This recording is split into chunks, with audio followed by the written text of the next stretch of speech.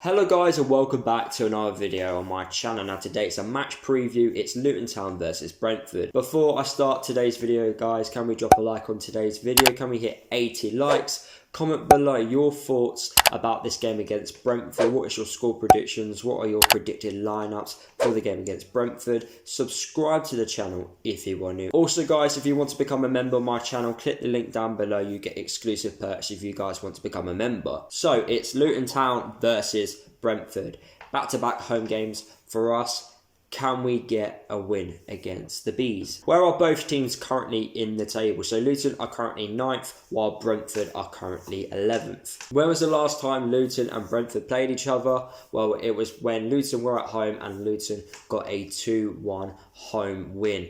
Pelly got the goal and so did Martin Craney, but they gave Pelly's goal as an own goal and Ollie Watkins scored for Brentford. What was the last result for both teams? Well, Luton got a 1-1 home draw to Nottingham Forest, while Brentford got a 1-1 home draw to Norwich. So what are the talking points for this game? Luton need to be better going forward. The game against Nottingham Forest, we just weren't good enough going forward, and it's happened quite a few times this season. Brentford, on the other hand, know how to get forward and they're very good at creating opportunities for themselves. But Luton need to improve in that department. We need to be creating more opportunities. Our strikers need to be having chances at goal. We want to see James Collins have a few opportunities, which he hasn't actually been getting because we're not creating enough. Another interesting talking point is, are Brentford the same team from last season? And I don't think they are. I think Watkins and Ben Rama, they are massive, losses to them. Yes, they've replaced Watkins with Tony, and Tony's having a fantastic season so far. But at this moment in time, it just doesn't look like Brentford are the same team which they were last season. Is the pressure too much for them? Is Watkins and Ben Rama too much of a loss for them? I'm not too sure. Maybe it's going to take a few more games for them to get back to the same Brentford that they were last season. Another interesting talking point is, are Luton going to make a few changes for this game against Brentford? Are we going to change our system? Are we going to change the way we play?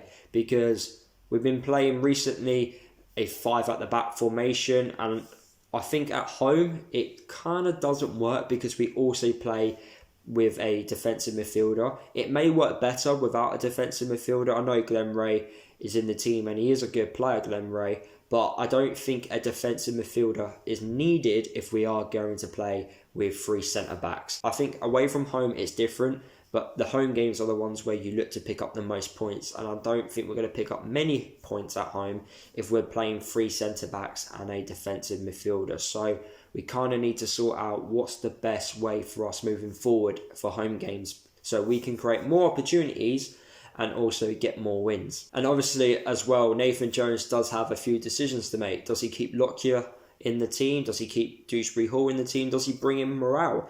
Do we get to see the likes of Sam Nombe come in as well? So Nathan Jones has got a few decisions to make. Another interesting talking point is, how can Luton stop Ivan Toney? Now, if we are going to play with a defensive midfielder, that defensive midfielder needs to have Ivan Toney in his back pocket.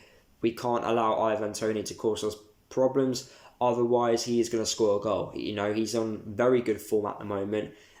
Probably going to be Championship top goal scorer this year because he's had a fantastic last 18 months. So we need to be able to stop Ivan Toney. And like I've said already, Luton need to be getting the maximum points at home. So we need to be trying our best to win this game. Yes, Brentford are a very good team, and yes, we've beaten them before.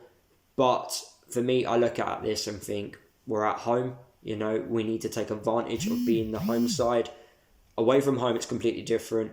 But at home, we need to be getting the points. And if we want to stay away from those relegation places at the end of the season, we need to be winning our home games. And we also need to be putting decent performances in. So far this season, Brentford have been playing a 4-3-3.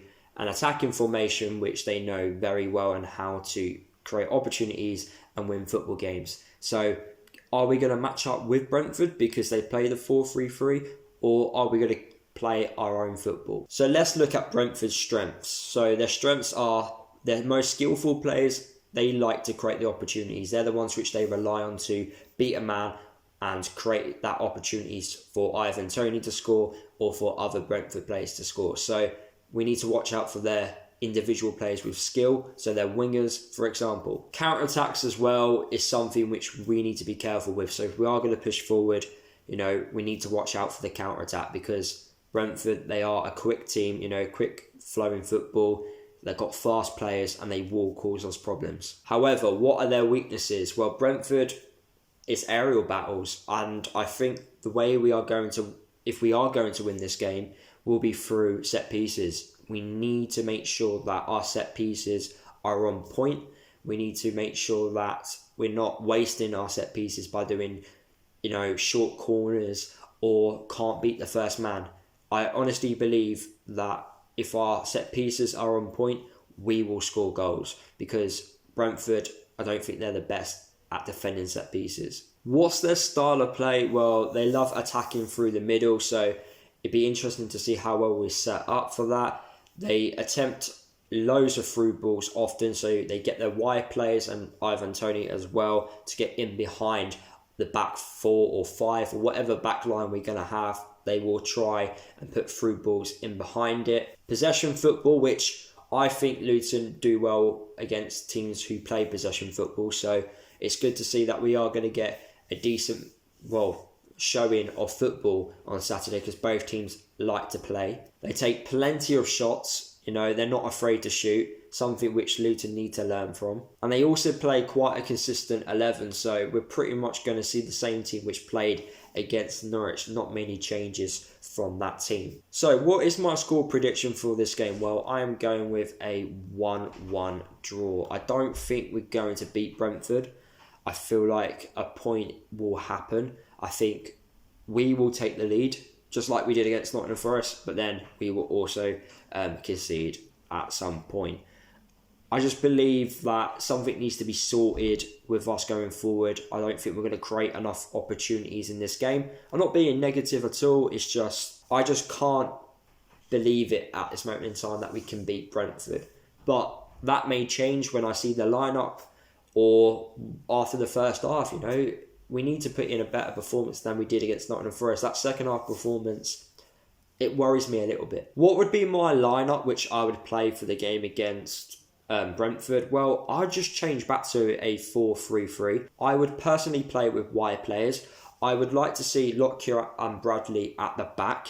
You know, James Bree, if he's fit to start. I know Craney hasn't done a bad job, but I feel like we miss Bree's attacking threat which he offers, and also he has a bit of pace about him. So if Brentford are going to attack us, you know, at least we've got some confidence that Bree could catch up with the Brentford players over than Craney. I would also like to see Morel in this game. He's a very good passer off the ball. He likes to make forward passes, a bit like Dewsbury Hall as well, so I'd be interested to see if he starts as well. And also I want to see the likes of Cornet back into the side. I know he's recovering from an injury, but maybe if he's not fit enough, Lualua or Clark, because I do like seeing our wide players, you know, causing problems down on the wings. So there you have it, guys. That is the end of today's video. Hopefully you guys did enjoy today's match preview. Drop a like on today's video if you did. Comment below, like I said at the start, your score predictions and predicted lineups. Subscribe to the channel if you are new, and I'll see you guys in the next video.